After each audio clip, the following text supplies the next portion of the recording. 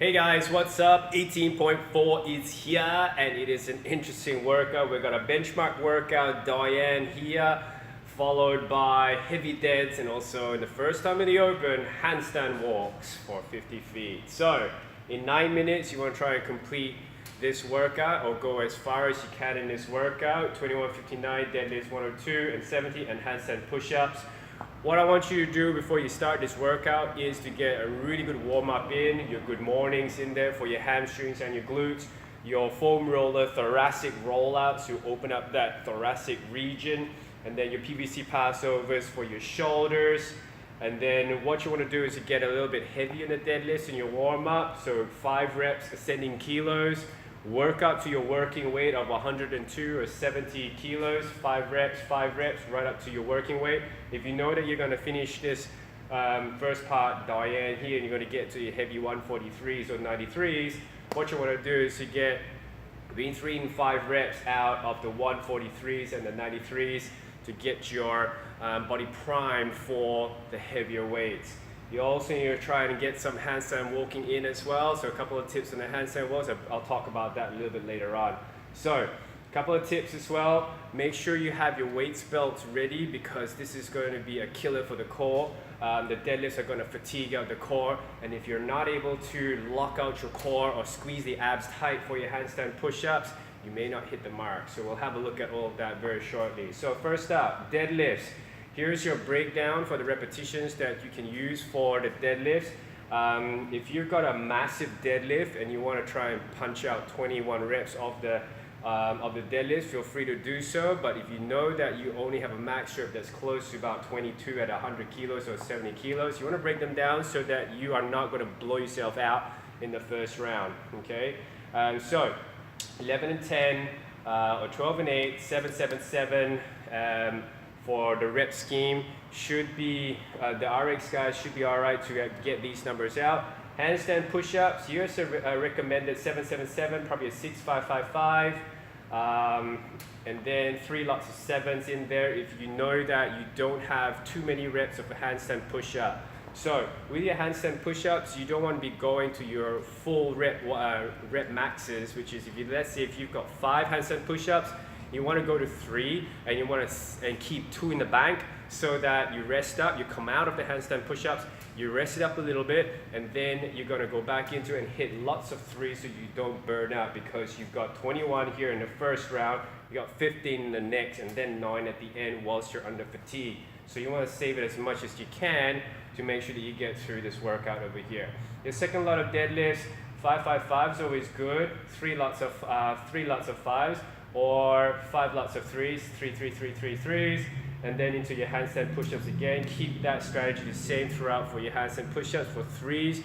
Why I choose 3? Because 3 is just about 10 seconds of work where you use your creatine phosphate energy system and you won't actually start to get the burning feeling out of it. You always should have about 3 reps in the tank that you can punch out every single time after a little bit of rest, and then your next block of 3s.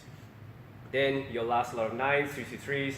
To finish off, 3 to finish off the handstand push-ups. Then your minions will come along and load up your barbell for you and bring that barbell weight up to 143 and 93, and then looking at your handstand walks. So here's a couple of tips on the hands for the deadlifts.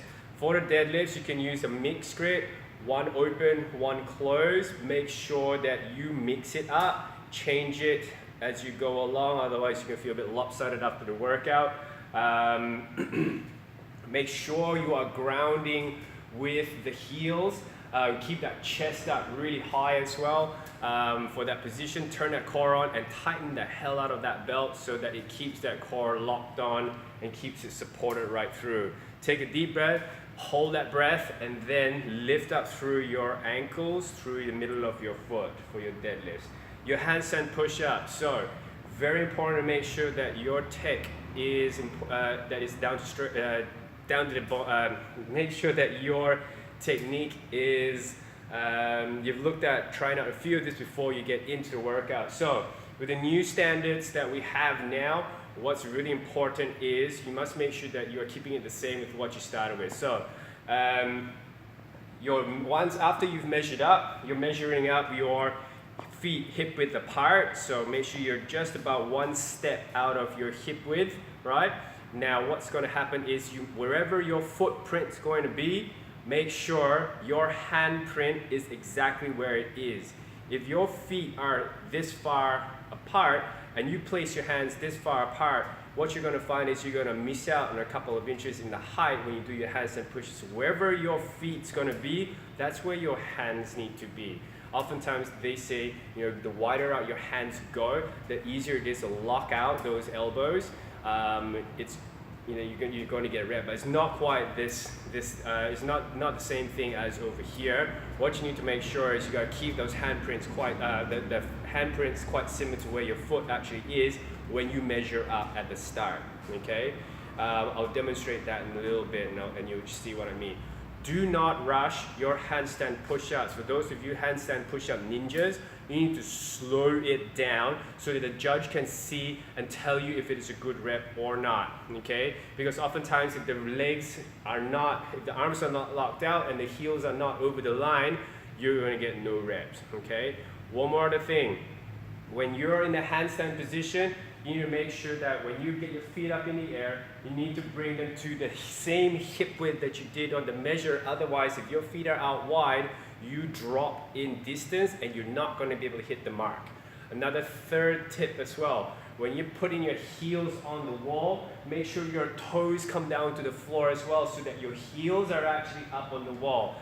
And this is what I mean by those couple of tips. So, when you're here into your handstand push-ups, all right, wherever I measure up, my heels are hip distance away from hip distance apart.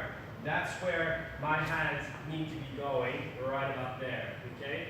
Next up, when you see me kick up over the wall, if I point my toes upwards to the ceiling, I'm going to lose height. If I kick the heels up, they're going to be over the line. This should be over the line. I'm going to check this video again anyway to make sure.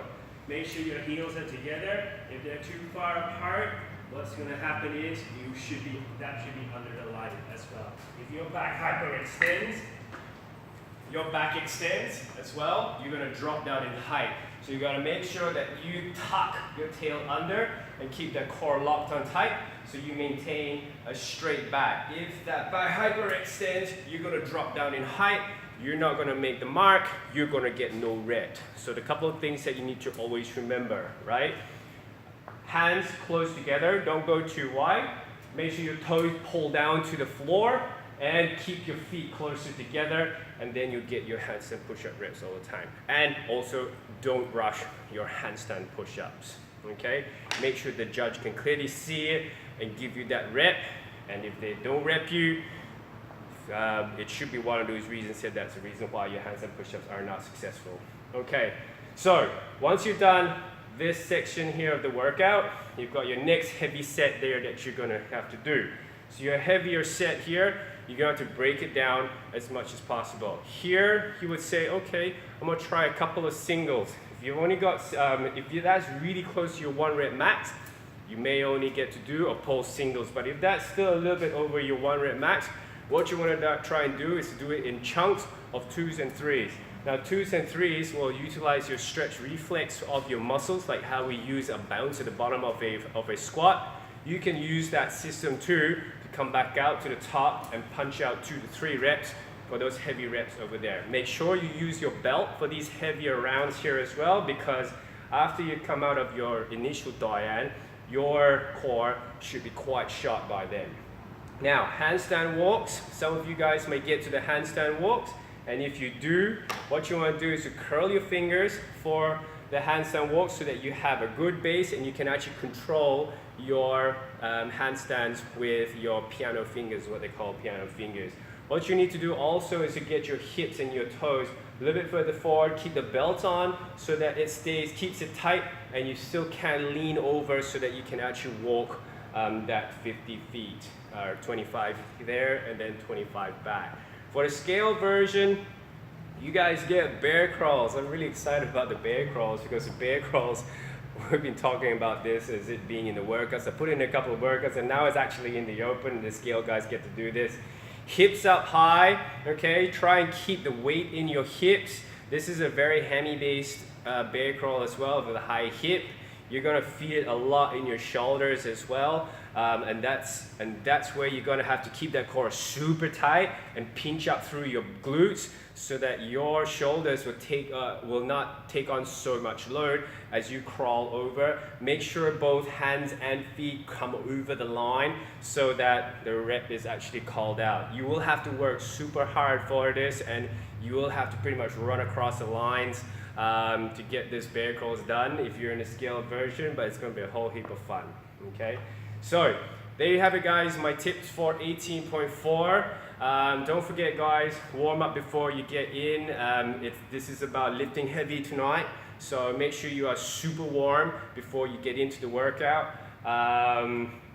And that's it, guys. If there's any other questions, if not, put them in the comments below, or else we will see you tonight for some deadlifts and handstand push-ups and handstand walks and crawls. Bye.